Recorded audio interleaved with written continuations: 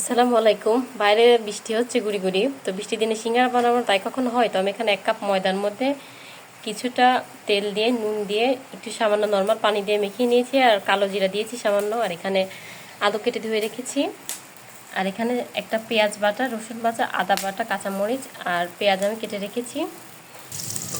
পেঁয়াজটা নরম করে নিয়েছি সামান্য করে।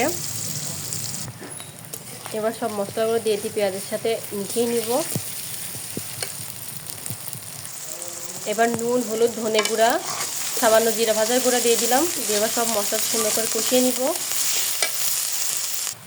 একটু গরম মশলা গুঁড়াও দিয়ে দিলাম, সামান্য করে গরম মশলা গুঁড়া দিয়েছি। এবার আলুটা দিয়েছি। এবার সুন্দর করে এটা কষিয়ে সিদ্ধ করে নিব আলুটা। মশলাটা ভালো মতো কষানো হয়ে গেছে। আমি সামান্য এবার পানি দিয়ে দিলাম সিদ্ধ করার জন্য, যাতে আলুটা ভালো মতো সিদ্ধ হয়ে যায়। আর ভিডিওটা কে কোথা থেকে দেখছেন অবশ্যই কমেন্টে বলবেন। ভালো মতো সিদ্ধ করে নিতে হবে ঢাকা দিয়ে, যাতে আলুটা সিদ্ধ হয়ে যায় ভালো মতো। এই যে সিঙ্গারার পুর কিন্তু একদম রেডি।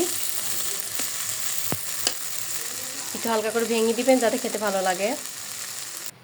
এই যে আটাটা সুন্দর করে মথে নিয়েছি। আর এবার এই যে সিঙ্গারার ডো বানিয়ে নিয়েছি ছোটো ছোটো করে। এটা এবার রুটি আকারে বেলে নিব। এরকম লম্বা করে বেলে নিয়ে সুন্দর করে মাঝখান দিয়ে ছুরি দিয়ে কেটে নেবেন। এই যে এভাবে সুন্দর করে কেটে নেবেন। আমি কিন্তু কিছু সিঙ্গারা বানিয়ে নিয়েছি। আমি কিছু সিঙ্গারা এবার ভেজে নিচ্ছি। সুন্দর করে আস্তে আস্তে উল্টে পাল্টে ভেজে নিব। এই যে আমি 3টা সিঙ্গারা ভেজে তুলে নিলাম। তো আজকে বানালাম হচ্ছে সিঙ্গারা। এই তো সস দিয়ে আবার সিঙ্গারাটা খাবো। সস দিয়ে কিন্তু সিঙ্গারা খেতে খুবই ভালো লাগে, টমেটো সস দিয়ে। দেখেন সিঙ্গারাটা কিন্তু ভিতরটাও কিন্তু কত সুন্দর হয়েছে। আর সস দিয়ে খাইতে তো অনেক মজা লাগে।